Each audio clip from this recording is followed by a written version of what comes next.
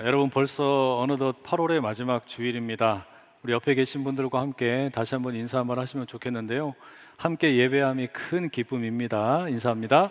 함께 예배함이 큰 기쁨입니다. 오늘은 현대인을 위한 십계명 공부 10번째 시간입니다. 출애굽기 20장 16절 그리고 요한복음 14장 5절에서 7절 말씀 본문으로 데칼로그 10번째 시간 진리라는 제목으로 말씀 나누겠습니다. 제가 중학교 2학년 즈음에 있었던 일입니다. 아마 이때쯤 됐던 것 같아요. 제가 다니던 학교는 남자 중학교였고 당시에 학급에 제가 반장이었는데 추석을 며칠 앞두지 않은 시기였습니다. 선생님께서 자율학습을 하라고 맡기셨는데 친구들이 그러면 이제 당연히 많이 떠들잖아요. 시끌시끌합니다. 저 역시 친구들과 제잘거리면서 시간을 보냈어요. 해당 수업이 끝나고 쉬는 시간이 되었습니다. 교실의 앞쪽에서 육상부에서 운동을 하는 창 던지기를 하는 친구가 저를 불렀어요.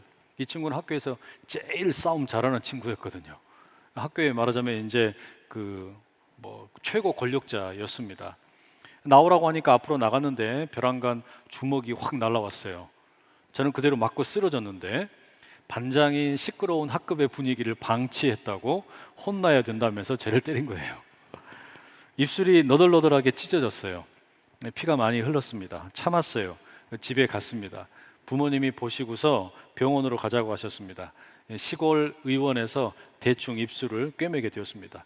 그 상처가 지금도 제 얼굴에 남아 있습니다. 너무 자세히 보지는 마세요. 여하튼 그래서 곱디고 온 제 얼굴이 망가지고 말았습니다.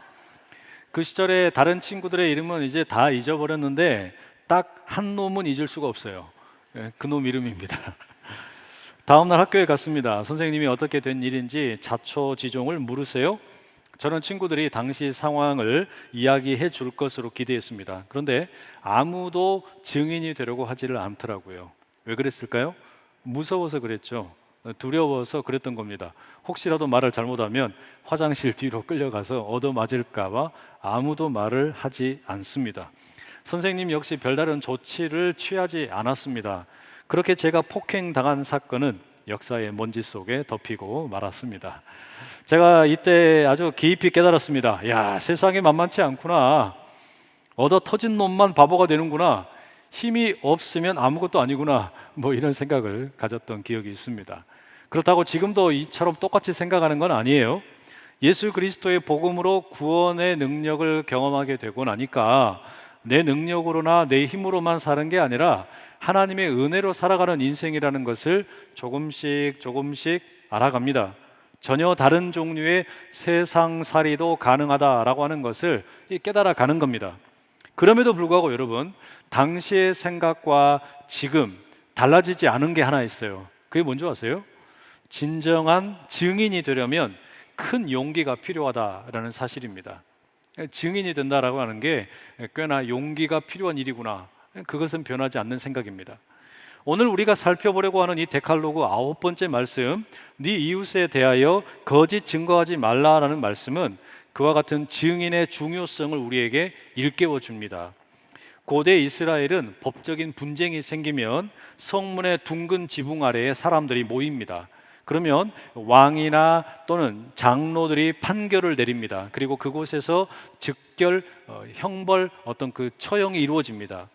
그런데 과거에는 여러분, 범죄를 예방하거나 또는 수사를 담당하는 경찰관이 없었어요. 또 범죄 행위에 대해서 물증을 찾기 위한 무슨 체계적인 과학 기술이나 수사 기법도 모자랐습니다. 그러다 보니까 사실상 이 고대 사회에는 CSI가 없으니까 결국은 어떤 분쟁을 해결하는 데 있어서 증인의 증언에 절대적으로 의존할 수밖에 없었습니다. 네 이웃에 대하여 거짓 증거하지 말라라고 하는 이 말씀은 바로 그런 맥락에서 이해할 수 있습니다. 아마도 짐작하건대 고대 사회에 이 증인의 증언으로 인해서 무언가 옳지 못한 일들이 많이 벌어졌던 것 같아요. 그러니까 이웃의 무고한 생명이나 재산이나 명예가 빼앗겨지는 일들이 많이 벌어졌다는 이야기입니다. 성경에도 그런 이야기들이 종종 나오는데요. 예를 들면 열왕기상 21장에 나오는 나봇의 포도원 이야기를 들 수 있습니다. 아합이라는 왕이 있었어요. 그런데 이 사람은 나봇이라는 사람이 소유한 포도원을 너무너무 갖고 싶었습니다. 그래서 거래를 제안합니다. 내가 돈을 줄 테니까 당신의 포도원을 나한테 팔아라. 그런데 나봇이 거절을 해요. 왜냐하면 이 포도원은 부모 대대로 조상님으로부터 받은 유산이기 때문에 내가 처분할 수 없다라고 거절을 합니다. 그러자 아합 왕이 막 근심을 합니다. 화가 나는 거예요. 어떻게 하면 저걸 내 걸로 만들 수 있을까? 이제 궁리를 합니다. 이런 남편을 보고 있던 이세벨이라는 이 부인, 말하자면 왕비가 있었습니다. 이세벨이 계략을 세웁니다. 건달 두 사람을 어디에서 구해옵니다. 그리고 이들을 증인으로 내세웁니다. 나봇이 하나님과 임금을 욕을 했다 증언하게 만듭니다. 그리고 이 증언을 토대로 동네 사람들은 나봇이라는 사람을 성 바깥으로 데리고 가서 돌로 쳐서 죽입니다. 아무런 물증도 없어요. 증거도 없는데 오로지 증인 두 사람의 그 말만 믿고 무고한 사람이 죽게 된 거예요. 참 안타까운 일이죠. 시편에도 이런 어떤 거짓 증인들로 인하여 안타까워하는 시인들의 고백이 나옵니다. 시편 27편 12절에 다윗이 이렇게 탄식합니다. 새번역 성경인데요. 그들이 거짓으로 증언하며 폭력을 휘둘러서 나에게 대항해 오니 내 목숨을 내 원수의 뜻에 내맡기지 마십시오. 어떤 그 안타까운 애절한 심정이 느껴지지 않습니까? 시편 35편 11절에서도 다윗이 이렇게 한탄합니다. 새번역 성경입니다. 거짓 증인들이 일어나서 내가 알지도 못하는 일을 캐묻는구나. 이와 같은 어떤 일들이 고대 사회에 비일비재했다는 이야기예요. 그러니 왜 하나님께서 데칼로그 9번째 말씀으로 네 이웃에 대하여 거짓 증거하지 말라 말씀하셨나 짐작을 할 수 있습니다. 거짓 증언이라고 하는 것은 상대방의 자유를 훼손하게 됩니다. 뿐만 아니라 그것은 부메랑이 되어서 나의 자유도 위협할 수 있는 일입니다. 이것은 명백하게 하나님께서 주신 자유를 훼손하는 일이 되겠지요. 때문에 여러분, 이 구약 성경에 보면 증인에 대해서 여러 가지 규정을 두고 있습니다. 증인의 증언이 중요하기 때문입니다. 신명기 19장 15절에 보면 어떤 죄에 대하여 증인이 필요한 경우에는 절대로 한 명의 증인으로는 부족하다. 적어도 2명 혹은 3명의 증인이 있을 때에만 형을 확정할 수 있다라고 말씀합니다. 아울러 이 증인이 위증을 하는 경우도 있을 수 있잖아요. 그와 같은 경우에 아주 엄격하게 다스리라. 신명기 19장 18절과 19절에 이렇게 말씀합니다. 재판장은 자세히 조사하여 그 증인이 거짓 증거하여 그 형제를 거짓으로 모함한 것이 판명되면 그가 그의 형제에게 행하려고 꾀한 그대로 그에게 행하여 너희 중에서 악을 제하라. 무슨 이야기입니까? 위증을 하면 자기가 위증한 대로 처벌을 받게 하라라는 겁니다. 그만큼 위증에 대해서 무겁게 다스리는 거죠. 뿐만 아니라 신명기 17장 7절에 보면 어떤 사람의 증언을 토대로 재판에 회부된 사람이 이제 죽임을 당하게 되었다. 그렇게 가정을 해보세요. 그러면 이 증인이 그 죽임을 당하게 되는 사람에게 처음으로 돌을 던지는 일을 하도록 시킵니다. 그러니까 여러분, 사람들이 군중 심리를 따라서 그냥 너나 나나 할 것 없이 돌을 던지는 것은 별로 부담이 되지 않아요. 하지만 처음 돌을 던지는 것은 상당히 부담스럽잖아요. 결국 여러분, 이것을 왜 이렇게 하겠습니까? 자신의 증언을 통해서 누군가의 생명이 좌우될 수 있다. 거기에 대한 경각심을 일으키는 겁니다. 결국에 여러분, 이 데칼로그 9번째 말씀은 이웃의 자유를 침해하지 않고 생명을 보호하기 위한 겁니다. 또한 정의로운 재판을 위한 말씀이기도 하다라고 말씀드릴 수 있어요. 왜 그럴까요? 만약에 재판을 하는데 위증이 계속해서 빈번하게 일어나게 된다면 이 판결이 공정하게 내려지지 않겠죠. 그러면 살인을 금하는 6번째 말씀이나 간음을 금하는 7번째 말씀이나 도둑질을 금하는 8번째 말씀이나 이 모든 말씀들이 공허하게 됩니다. 왜요? 재판을 하는데 가짜 증인 세우면 그냥 다 빠져나갈 수 있게 되는 거잖아요. 결국에 내 이웃에 대하여 거짓 증거하지 말라라는 말씀은 1차적으로는 이웃의 생명을 보존하기 위한 것이고, 동시에 사법 체계를 건강하게 세우기 위한 목적을 갖습니다. 그런데 대부분의 학자들은 이 데칼로그 9번째 말씀을 단지 법정에서 거짓 증언하는 것으로만 제한하지를 않습니다. 이것은 일상생활에서 거짓말을 하지 말라라는 것으로 확대하여 해석해야 한다 말을 합니다. 왜 그럴까요? 법정에서 거짓 증언하는 것은 본질상 거짓말이죠. 그리고 여러 가지 다양한 거짓말 가운데 하나이기 때문입니다. 예를 들면 잠언 6장 16절에서 19절에 이런 말씀이 있어요. 여호와께서 미워하시는 것 곧 그의 마음에 싫어하시는 것이 67가지이니 곧 교만한 눈과 거짓된 혀와 무죄한 자의 피를 흘리는 손과 악한 계교를 꾀하는 마음과 빨리 악으로 달려가는 발과 거짓을 말하는 망령된 증인과 및 형제 사이를 이간하는 자이니라. 하나님께서 미워하시는 것을 7가지 나열을 하는데 그 중에 3가지가 거짓말과 관련이 있어요. 거짓된 혀, 거짓을 말하는 망령된 증인, 형제 사이를 이간하는 자.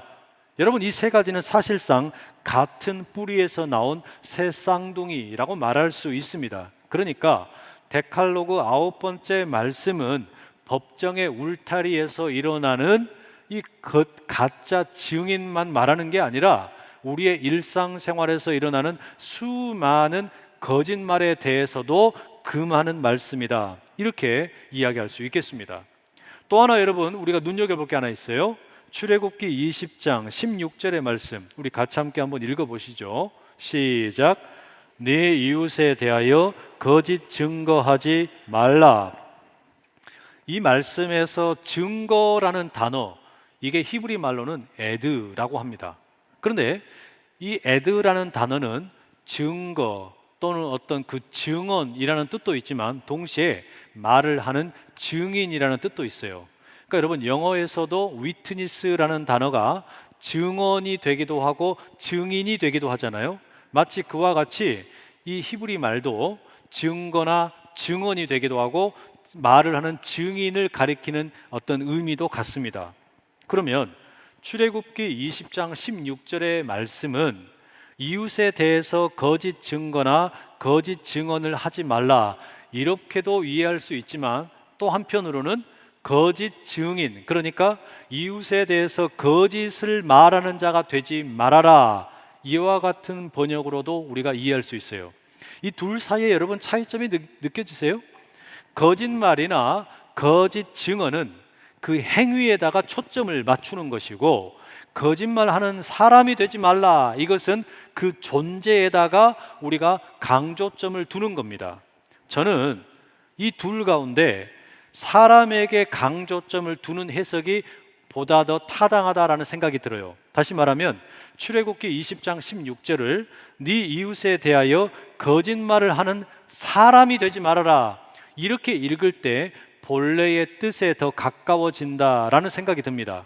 왜냐하면 이 9번째 십계명의 핵심은 우리가 거짓말을 하면 안 된다, 거짓말은 나쁜 것이다, 뭐 이와 같은 윤리적인 가르침을 주는 것도 있지만 더 근본적인 목적은 뭐냐면 이게 존재 자체의 문제라는 겁니다. 거짓말이라고 하는 것은 사람의 문제라는 거예요. 이건 그러니까 단지 어떤 윤리의 어떤 금지 규정이 아니라 사람의 존재의 문제라는 겁니다. 이게 어떤 말이냐? 강령한 교수님은 거짓말이라고 하는 것이 윤리의 문제가 아니라 본질상 우리 존재의 문제라는 거예요. 왜냐하면 여러분, 모든 거짓말이라고 하는 것은 결국 어디에서 나온다고 성경이 가르칩니까? 거짓의 아비인 사탄에게서 나온다고 이야기해요. 거짓은 결국에 이 마귀에게서 나온다는 겁니다. 그러니까 여러분, 내 자신이 죄와 사탄의 지배 아래에 있으면 내가 아무리 거짓말을 하지 않으려고 해도 그것을 피할 수가 없다는 이야기입니다. 거짓된 말과 행동이 나올 수밖에 없다는 이야기예요. 사도 바울이 신약성경 로마서 3장에서 유대인이 되었든 헬라인이 되었든 이 땅의 모든 사람은 다 죄 아래에 있다라고 선언을 하죠. 모든 사람이 예외 없이 죄인이라는 겁니다. 존재 자체가 죄인이라는 거예요. 그런데 이와 같이 죄 아래 거하는 사람들의 실상이 뭐냐? 그것을 자세하게 논하는데 그 가운데 제일 먼저 이야기하는 게 3장 13절 14절 우리의 입술에 대한 내용입니다. 그들의 목구멍은 열린 무덤이요 그 혀로는 속임을 일삼으며 그 입술에는 독사의 독이 있고 그 입에는 저주와 악독이 가득하고. 여러분, 이게 뭡니까? 우리의 존재 자체가 죄 아래에 있기 때문에 사탄의 자식이 되어버렸기 때문에 입술이 더럽다는 거예요. 입술이 무덤과 같다는 겁니다. 아주 악취가 가득하다는 겁니다. 그러니 내 자신이 죄와 사탄의 지배 아래에 있으면 나의 거짓말의 문제라고 하는 것은 해결될 방법이 없다는 거예요. 극복할 방법이 없다는 이야기입니다. 여러분, 그렇기 때문에 어떻게 해야 되겠습니까? 영적인 변화가 일어나야 돼요. 존재 자체가 달라져야 된다는 이야기입니다. 이걸 여러분, 제가 자주 말씀드리는 표현을 빌리자면 더 이상 우리가 다리 밑에 사는 거지와 같은 존재가 될 것이 아니라 하나님 나라의 왕자와 공주로 신분의 변화가 일어나야 된다는 이야기입니다. 그게 여러분 예수 그리스도를 통해 우리에게 일어난 변화이죠. 로마서 3장 23절 24절에 바울이 이렇게 말합니다. 모든 사람이 죄를 범하였음에 하나님의 영광에 이르지 못하더니 그리스도 예수 안에 있는 속량으로 말미암아 하나님의 은혜로 값없이 의롭다 하심을 얻은 자 되었느니라. 여러분, 이게 존재의 변화예요. 본래 우리는 태어날 때 죄인으로 태어나서 그 죄와 사망의 권세 아래 붙들려 살아가는 존재인데 예수님의 십자가의 속량으로 내가 의인이 되었다는 겁니다. 존재가 달라졌다는 이야기예요. 이제는 다리 밑에서 구걸하며 살아가는 거지가 아니라 하나님 나라의 왕자와 공주로 탈바꿈했다는 겁니다. 이스라엘 민족의 경우를 예로 들자면 이제는 더 이상 애굽의 종살이하는 노예가 아니라 엄연한 자유 시민으로 존재가 바뀌었다는 이야기예요. 그런데 여러분, 문제는 뭐냐? 존재가 달라졌다고 그래서 생활 습관이 하루아침에 바뀌는 것은 아닙니다. 내 신분이 바뀌었다고 그래서 갑자기 선한 사람이 되는 것은 아니라는 이야기예요. 우리는 여전히 다리 밑에서 거지로 살던 그 습관이 남아있는 거예요.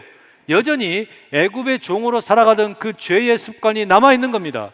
죄와 사탄의 노예로 살아가던 습관이 우리 가운데 지금도 남아있다는 이야기예요. 그러니까 어떻습니까? 싸워야 돼요. 내가 예수 그리스도의 보혈의 은혜로 새로운 존재가 되었다면, 옛사람은 죽고 새 사람이 되었다는 것을 믿는다면 이제는 정말로 새로운 습관이 나에게 만들어지도록 이 죄의 세력과 맞서서 싸워야 되는 겁니다. 바라기는 여러분, 우리 모두가 이와 같은 영적인 전쟁에서 승리할 수 있기를 간절히 축복합니다. 자, 문제는 뭐냐? 어떻게 이 죄의 세력과 싸워서 우리가 승리할 수 있냐라는 거예요. 특별히 죄와 사탄의 지배 아래에 있으면 어쩔 수 없이 거짓말과 또 거짓된 행동이 나올 수밖에 없는 것이 우리의 현실이었는데, 이제 예수 그리스도의 십자가와 부활의 은총 가운데 새로운 존재가 살아가면서 과거의 습관을 털어버리고 살 수 있는 방법이 뭐냐? 구체적으로 이야기하자면 이 데칼로그 9번째 말씀과 관련하여 거짓말하는 사람이 되지 않기 위해서 무엇이 필요하냐라는 이야기예요.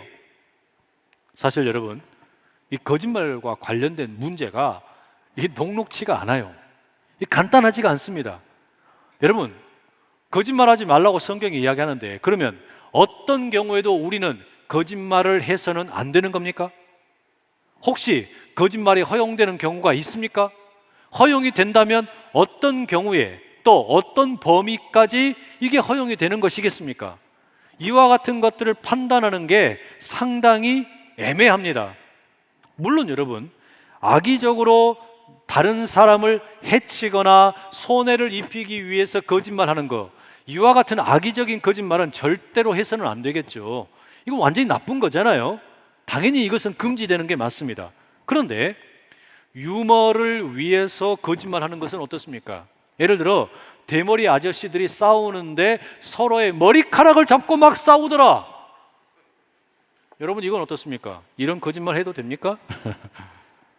또 남자들은 군대를 다녀오고 나면은 다 허풍쟁이가 돼요. 그래가지고 내가 군 생활하는 동안에 무장 공비를 때려잡았다고 막 이렇게 허풍을 늘어놓는단 말이에요.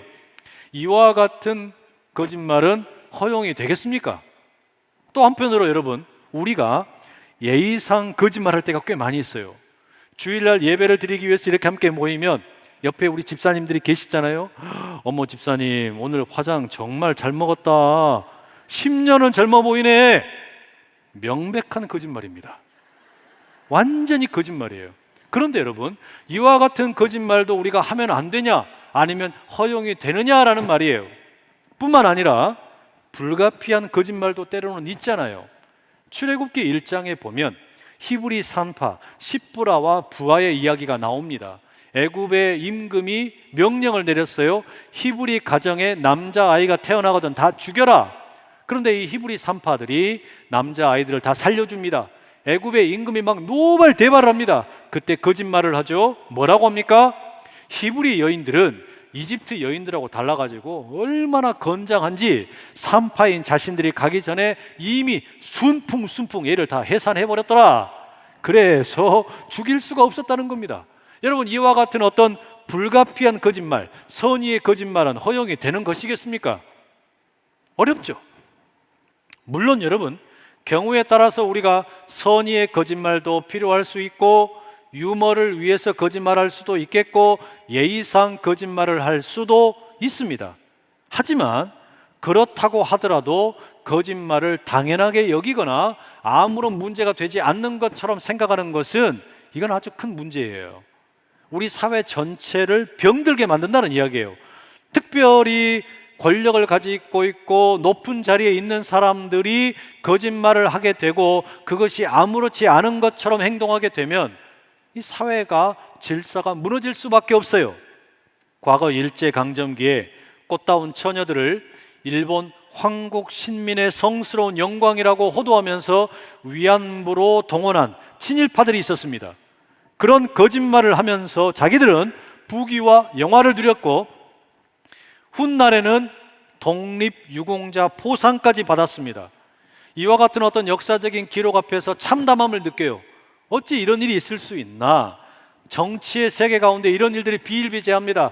최고의 권력자의 가정 가운데 거짓말이 아무렇지 않게나 그냥 날마다 뉴스에 나옵니다. 그런데도 무덤덤해요. 다 그냥 그런가 보다 하고 넘어가는 거예요. 우리 세상이 좀 이상해졌어요. 바로 그런 이때에 우리는 다시금 예수님의 말씀을 귀 기울여야 됩니다. 예수님께서는 주님이 어디로 가시는지 모르겠다고 하소연하는 도마에게 그리고 제자들에게 오늘 본문에서 이렇게 말씀하십니다. 요한복음 14장 6절입니다.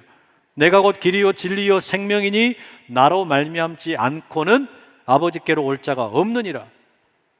예수님 스스로를 가리켜 길이다, 진리다, 생명이다 이렇게 말씀을 하세요. 그런데 이 말씀을 저는 거짓말이라는 주제와 관련 지어서 이렇게 좀 이해를 하고 싶어요.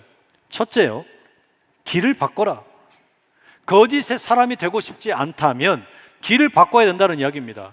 죄의 길을 걸어가면서 거짓말로부터 자유롭게 원한다는 것은 불가능한 이야기입니다. 그러니 죄의 길을 바꿔야 됩니다. 무슨 길입니까? 예수의 길을 택해야만 합니다. 여러분, 이게 존재의 변화를 가리킨다라고 말할 수 있어요. 둘째, 진리를 붙들어라. 거짓의 증인이 되기 싫다면, 거짓말하는 자가 되기 싫다면 그것은 진리의 증인이 되기를 선택하는 겁니다. 진리를 말하는 거 결코 쉽지 않습니다. 때로는 희생이 필요하고 손해를 감수해야 할 때도 있습니다. 때문에 진리의 증인이 된다는 것은 달리 말하면 용기가 필요하다는 이야기예요. 셋째, 생명의 약속을 믿어야 합니다. 진리의 증인이 되어서 살아가려고 하다 보면 말씀드린 것처럼 손해를 입어요. 피해를 입는 겁니다. 그런데도 불구하고 우리가 왜 예수의 길을 걸어가면서 진리를 붙잡는 증인이 되려고 합니까? 거기에 생명의 약속이 있기 때문이에요. 하나님께서 우리 가운데 생명의 약속을 주시는 겁니다. 그래서 우리는 예수님께서 길이 되시고 진리가 되시고 생명이 되신다라고 하는 것을 믿는 거예요. 여러분, 예수님께서 이 땅에서 남기신 마지막 말씀이 뭔지 아세요? 사도행전 1장 8절에 의하면 예수님께서 승천하시기 전에 제자들에게 주신 마지막 말씀이 이렇게 기록되어 있습니다. 오직 성령이 너희에게 임하시면 너희가 권능을 받고 예루살렘과 온 유대와 사마리아와 땅 끝까지 이르러 내 증인이 되리라.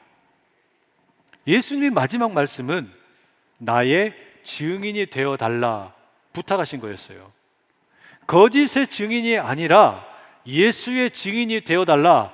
이게 예수님께서 제자들에게 남기신 부탁이었다는 이야기입니다. 제자들은 예수님의 이 말씀을 따라 예수의 증인으로 살기로 결단합니다.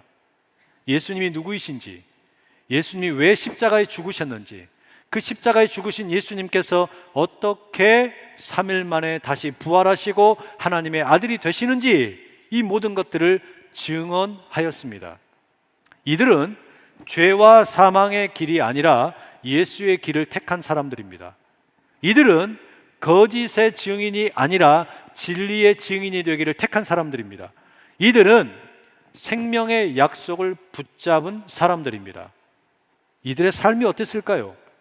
역사적인 전승과 기록에 의하면 예수님의 제자들은 모두가 다 순교했습니다. 사도 요한만 반모섬에 유배되어서 죽게 되었죠. 결국 여러분, 모두가 다 순교한 겁니다. 예수의 증인으로 살다가 다 그렇게 순교자가 된 거예요. 그러면 이 죽임은 다 개죽음입니까? 아니에요. 자신들의 영혼을 살린 것일 뿐만 아니라 모든 이 땅의 열방의 영혼들을 살리는 순교였습니다. 바로 그런 이유 때문인지 모르지만 헬라어에서는 이 증인이라는 말과 순교자라는 말의 이 단어의 뿌리가 같습니다. 다시 말하면 예수의 증인이 된다라고 하는 것은 순교를 각오한다라는 의미입니다. 진정한 생명이 예수님에게 있기 때문에 진리의 증인이 되고 예수의 길을 뚜벅뚜벅 걸어간다는 이야기예요. 그게 여러분 그리스도인의 삶입니다. 김기석 목사님의 책에 보니까 작가 고은 선생님의 이 글을 소개를 해놨더라고요. 이런 이야기입니다. 나는 저 멀리 먼 벵갈 바다, 짙푸른 바다를 다 안단다. 어느 곳에서는 바다에 짠물을 뚫고 민물이 솟아나온단다. 뱃사람들은 먼 바닷길에서 물이 떨어지면 그곳으로 가서 물을 마시게 된단다. 그래서 뱃사람들은 그 물을 도솔천의 물이라고도 하고 생명의 물이라고도 한단다. 여러분, 이것은 논리적으로 말이 되지 않는 글이에요. 아니, 어떻게 바다의 짠 물 가운데 민물이 솟아납니까? 불가능한 이야기잖아요. 이건 비유적인 이야기죠. 짠 바닷물을 뚫고 올라오는 민물, 이게 가능합니까? 그런데 여러분, 이게 바로 누구냐? 이게 예수의 증인의 삶이라는 겁니다. 예수의 증인으로 살아가는 존재들은 바로 이와 같은 존재들이라는 거예요. 우리가 살고 있는 이 세상이 마치 거짓으로 완전히 뒤덮여 있는 바다처럼 보이고, 그래서 사람들이 숨을 제대로 쉬지 못하는 것 같지만 예수의 사람들은 바로 그 거짓의 바다 가운데서 진리의 민물을 뿜어내는 사람들이라는 거예요. 이들은 예수의 길을 택한 사람들입니다. 이들은 거짓에 굴하지 않고 진리를 택한 사람들입니다.